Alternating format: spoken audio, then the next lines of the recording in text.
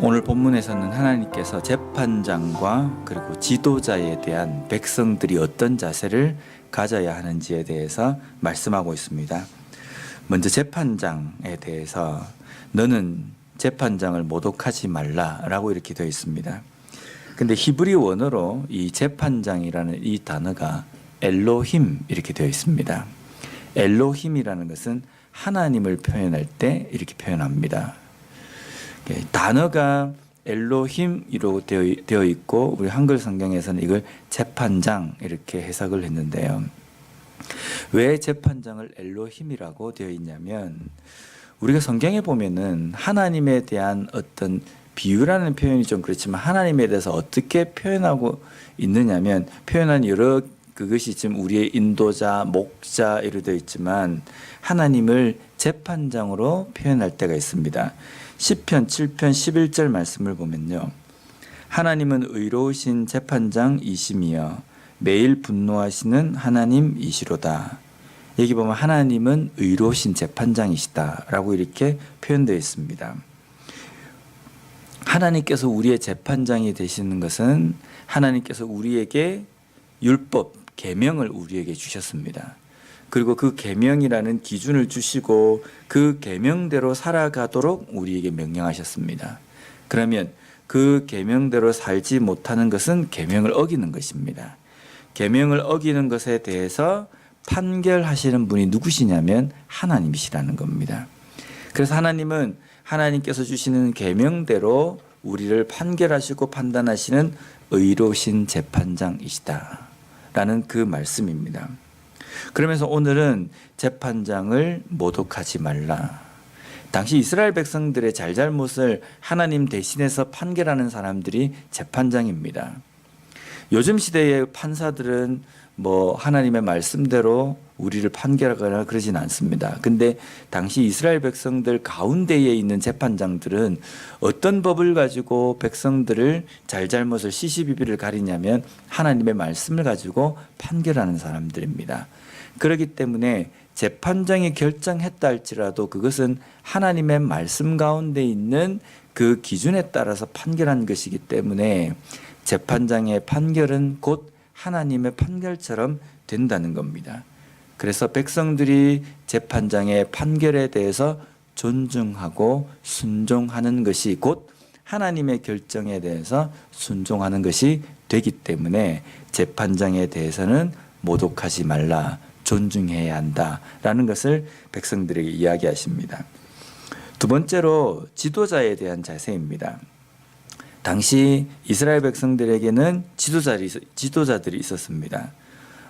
여러 지도자들이 있었고 지파의 지도자들, 관원들, 백부장, 천부장 이런 사람들이 있었습니다. 근데 그런 사람들이 그 직분에 세워질 때에 그냥 사람들의 투표로 의해서 세워지기도 하고 제비뽑기를 통해서 세워지기도 하고 또 이 가문에 있는 사람들을 통해서 세우기도 했는데 그 모든 세우는 과정 가운데에 하나님이 직접적인 간섭이 있었습니다.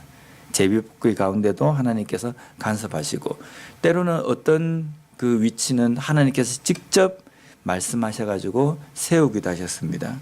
그렇기 때문에 지도자에 대해서도 백성들이 저주하지 않고 존중해야 되는 것이 있습니다. 오늘날 이 말씀을 우리가 어떻게 적용을 할 수 있겠습니까? 로마서 13장 1절 2절 말씀에 보면요. 각 사람은 위에 있는 권세들에게 복종하라. 권세는 하나님으로부터 나지 않음이 없나니 모든 권세는 다 하나님께서 정하신 바라. 그러므로 권세를 거스르는 자는 하나님의 명을 거스름이니 거스르는 자들은 심판을 자취하리라. 하나님께서 모든 권세에 대해서 관여하셔서 그 권세를 세우신 것이기 때문에 위에 있는 권세에 복종할 줄 아는 것이 그리스도인의 삶이다라는 겁니다. 이스라엘 백성들이 출애굽을 하고 광야의 그 생활 가운데에 물이 조금 없고 먹을 것이 조금 없고 삶이 좀 불편할 때 제일 먼저 누구를 불평했습니까? 지도자들이거든요. 모세와 아론을 불평을 했습니다. 그러니까 모세와 아론을 불평했다는 것은 그냥 표면적으로는 모세와 아론을 불평했지만 자신들을 이 광야에 데리고 온 원래 지도자인, 원래 인도자인 하나님에 대한 불평입니다. 그것은. 그래서 당시에 이스라엘 백성들 가운데에 지도자에 대한 불평, 지도자에 대한 어떤 불만, 이러한 생각을 가지는 것은 곧 하나님의 인도하심에 대한 도전이었습니다. 그렇기 때문에 위에 있는 권세, 지도자에 대한 복종, 그것을 하나님께서 명령하셨습니다. 로마서에도 위에 있는 권세가 다 하나님께로부터 왔다라고 되어 있습니다. 그래서 위에 있는 권세에게 복종해야 한다. 근데 이것은요, 위에 있는 사람들에게 복종해야 한다라는 권세의 어떤 지배를, 다스림을 받고 있는 사람들에 대한 적용이지, 위에 있는 권세가 있다라고 생각하는 그 사람들이 내가 하나님께 이 권세를 받았기 때문에 당신들은 다 나에게 복종해야 합니다. 어디 나에게 도전을 하고 있냐고, 이렇게 적용해서는 안 된다는 겁니다. 로마서 13장 1, 2절 다음에 있는 3절에는 권세자들에 대해서 이렇게 경고합니다. 다스리는 자들은 선한 일에 대하여 두려움이 되지 않고 악한 일에 대하여 되나니 내가 권세를 두려워하지 아니하려느냐. 선을 행하라. 그리하면 그에게 칭찬을 받으리라. 13장 3절 이후에 보면 권세자들에 대한 경고도 나와 있습니다. 하나님께 받은 그 권세를 어떻게 가지고 어떻게 그것을 다른 사람들을 다스려야 하는지에 대해서도 말씀하고 있습니다. 그렇기 때문에 우리가 때로는 이 세상에서도 보이지 않게 또 보이게 위에 있는 권세에 다스림을 받고 있습니다. 근데 그 다스림 가운데에 어떤 때는 좀 불합리하다라고 생각하는 것이 나에게 오기도 하고, 또 영 나에게는 좀 복종하고 싶지 않은 어떤 상황이 될 때도 있습니다. 그럴 때는 우리가 목소리를 높여가지고 대들거나 아니면은 어떻게 우리가 반항을 하거나 항변을 해야 할 때도 있습니다. 그럴 때에 어떤 순종적인 절차, 확실하게 어떻게 그것이 보장되어 있는 법적인 절차에 의해서 우리가 되어져야 하지, 그것에 대해서 우리가 일반 사람들이 생각하는 것처럼 불만을 토로하거나 또 거기에 대해서 위에 있는 권세에 대해서 우리가 복종하지 않는 자세가 된다는 것은 어쩌면 하나님께서 원하시지 않는 것입니다. 근데 그렇다고 해서 위에 있는 사람들 위에 있는 권세자들에게 무조건 복종해야 된다는 이 말씀이 아니라 그 권세자들에 대한 판단은 하나님께서 하신다는 겁니다. 하나님께서 하시기 때문에 하나님께서 그것을 하시도록 맡기는 것.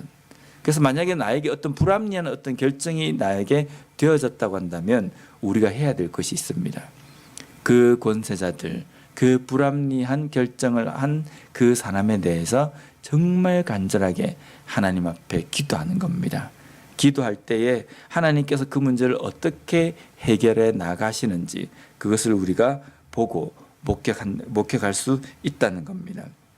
때로는 우리의 삶에서 우리의 삶의 의로신 재판장은 하나님이십니다.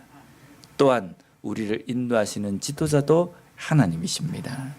그래서 우리의 삶의 어떤 일에 대해서 결정이 되어지는 것은 하나님께서 결정하시고 하나님께서 인도하시는 겁니다. 그래서 그 인도하시고 결정하는 일 가운데에 내 마음에 들지 않고 내 뜻대로 되지 않는다. 그럴 때에 우리가 무엇을 봐야 하냐면요, 이 내가 원하지 않는 이 결정, 이 길 가운데에도 분명 하나님의 결정이고 하나님의 인도하심이기 때문에 하나님의 뜻이 있을 것이라는 그 믿음을 가지고 순종하며 하나님, 이 가운데 하나님께서 원하시는 뜻이 무엇입니까? 라고 물을 수 있는 것이 우리 그리스도인의 삶이 되어야 합니다. 오늘도 우리가 우리의 삶을 걸어갈 때에 내 삶 속에 나를 인도하시고 나를 온전한 길로 이끄시는 그 하나님의 손길을 오늘도 경험하며 순종하며 나아가는 우리 모두가 되었으면 좋겠습니다. 기도하겠습니다.